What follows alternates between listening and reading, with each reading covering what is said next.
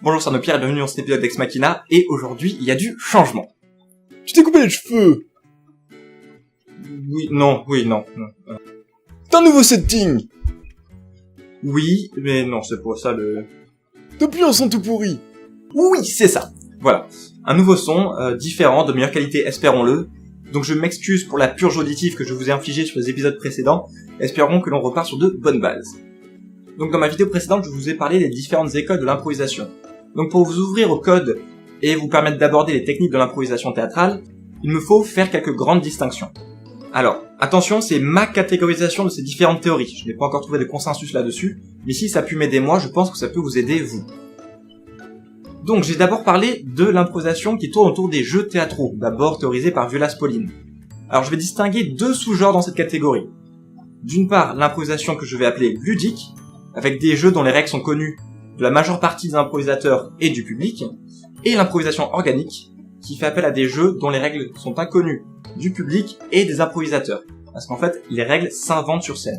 Et à côté de ça, on a l'improvisation narrative, c'est-à-dire qui cherche à raconter une histoire, et dont Keith Johnson est un grand théoricien. Alors on trouve des scènes et des spectacles qui sont assez transverses à ces catégories. Et les théoriciens dont je vais parler ne respectent pas forcément ce cloisonnement. Est-ce que tu serais pas déjà en train de nous dire que ta répartition c'est de la merde? Non, petit con, parce que cette répartition correspond bien à des méthodes de travail spécifiques. Et aujourd'hui, on va s'attaquer à l'improvisation ludique.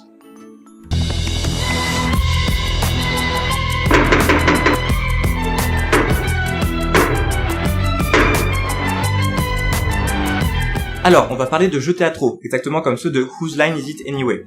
C'est-à-dire des jeux dont les règles sont connues du public et des joueurs, même si parfois un improvisateur n'a pas toutes les informations.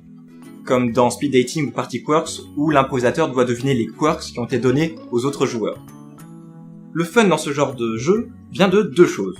D'une part, réussir brillamment le défi, genre chanter en rime sur un style prédéfini avec un thème imposé. C'était un petit koala qui avait perdu son papa. Ou se planter avec panache. C'était un petit koala qui mangeait bien, généralement. Et là, on voit déjà émerger un concept fondamental de l'impro. Échouer, c'est cool. Alors certes, ce changement de mentalité n'est pas évident, parce qu'on nous a toujours enseigné le contraire. C'est pour ça qu'une bonne partie du travail de Violas Pauline se base sur le développement de l'intuition comme méthode d'accession au savoir, plutôt qu'une approche purement rationnelle. Pourquoi ? Parce que quand on est purement rationnel, on s'analyse, on se juge, et au final, on se met des barrières quand on joue. Alors qu'il faut bien retenir que sur scène, vous êtes la pire personne pour vous juger. Donc Pauline cherchait à libérer l'intuition, qu'elle appellera ensuite plus tard la zone X. Parce que pour elle, de la conscience intuitive vient la certitude. Pour activer ce mode de pensée, il faut se mettre en déséquilibre tout en gardant sa concentration, ce qu'elle appelle point of concentration, et plus tard elle appellera ça le focus, de sorte que l'on oublie notre intellect et nos connaissances acquises. Alors, plus concrètement, comment est-ce qu'on apprend à improviser ? On apprend par l'expérience. Comment vivre totalement son expérience ? En s'investissant totalement de manière physique, intellectuelle et intuitive. Et ce dernier volet est le plus souvent le plus négligé. Donc comment libérer son intuition ? En libérant sa spontanéité. Comment libérer sa spontanéité ? Violas Pauline définit 7 vecteurs de spontanéité. 1. Le jeu. L'amusement libère l'intelligence. Un jeu repose sur un problème, une crise ou un objectif à atteindre. Mais comme ce n'est qu'un jeu, on oublie toute idée de contrainte et de conflit psychologique. On devient totalement dédié à la résolution de la tâche et on commence à créer des solutions. De plus, les joueurs se disciplinent eux-mêmes et respectent les règles sans qu'on les y force. Pourquoi ? Parce que c'est plus fun comme ça. 2. Se débarrasser du principe d'approbation-désapprobation. Échouer, c'est cool. Vous pouvez prendre n'importe quel jeu, c'est quand on se plante que ça commence à être drôle. À Risk, par exemple, personne ne se rappelle de la partie où le mec a trop bien géré son royaume et tout gagné. Par contre, on se rappelle de la partie où un mec a perdu une bataille à 50 contre 3 parce qu'il a fait des jets de dés pourris. En impro, c'est pareil. Et j'ai pas pris cet exemple au hasard. En impro, il faut maximiser la prise de risque. Parce que c'est quand on tente des trucs difficiles que les boulettes arrivent ou qu'on rencontre nos plus belles victoires. En tout cas, il se passe quelque chose. C'est ça qu'on veut voir. Et on veut voir des improvisateurs qui gardent le sourire, même quand ça ne fonctionne pas.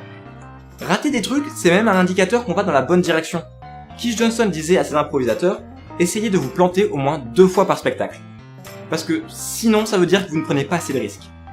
Et c'est pas comme ça qu'on fait des bons spectacles, c'est pas comme ça qu'on devient un excellent improvisateur. Je vous avais dit dans ma vidéo précédente que certains théoriciens de l'impro étaient en opposition radicale avec les méthodes d'enseignement classiques. C'est exactement de ça dont on parle. Minimiser les risques, avoir juste, c'est ce qu'on nous enseigne. Et l'échec est présenté comme quelque chose d'absolument négatif.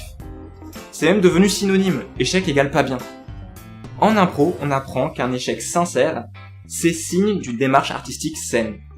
Une fois qu'on s'est débarrassé de ça, on se rend compte que jouer libère notre vrai soi. 3.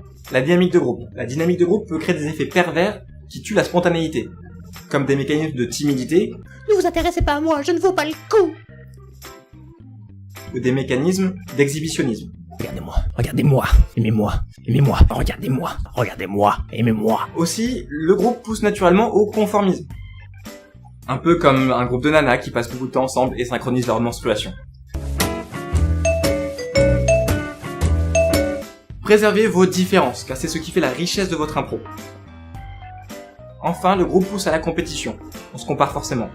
Même si certains formats de spectacle vendent cette compétition, les improvisateurs doivent s'en départir, absolument.